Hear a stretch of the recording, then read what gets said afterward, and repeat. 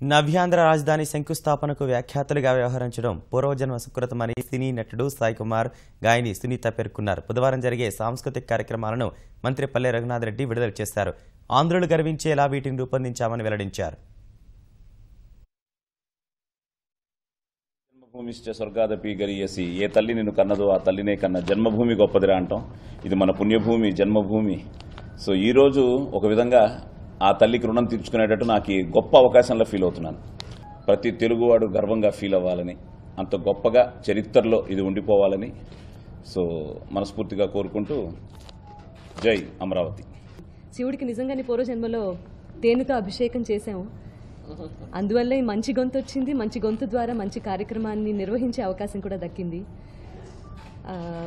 నన్ను ఈ స్థాయిలో అంటే ఈ స్థానంలో మాట్లాడే అవకాశం ఇచ్చి, అలాగే చరిత్రలో సువర్ణాక్షరాలతో లిఖించదగ్గ ఒక చారిత్రాత్మక ఘట్టంలో నేను భాగస్వామిని అయ్యాను అంటే నిజంగా గర్వంతో పొంగిపోతున్నాను. నేనే కాదు, నా కుటుంబ సభ్యులు, అలాగే